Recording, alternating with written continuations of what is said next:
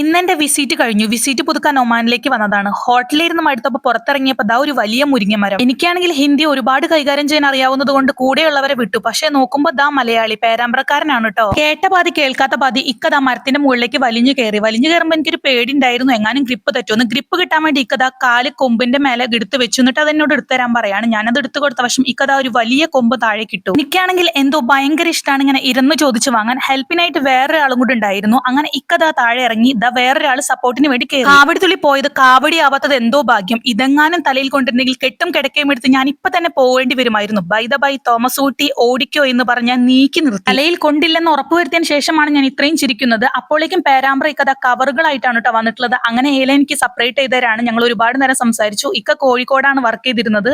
എവിടെ പോയാലും ഒരു മലയാളി പോലും ഇല്ലാത്തൊരു നാടുണ്ടാവില്ല അല്ലെ. നമുക്ക് കിട്ടിയ മുരിങ്ങയുടെ ഇലകൾ ഇത്രയായിരുന്നു കേട്ടോ. ഇതൊക്കെ എനിക്ക് ഒമാനിന്ന് കിട്ടിയ ഫ്രണ്ട്സ് ആണ്. അപ്പൊ അത്രയേ ഉള്ളൂ. ബൈ.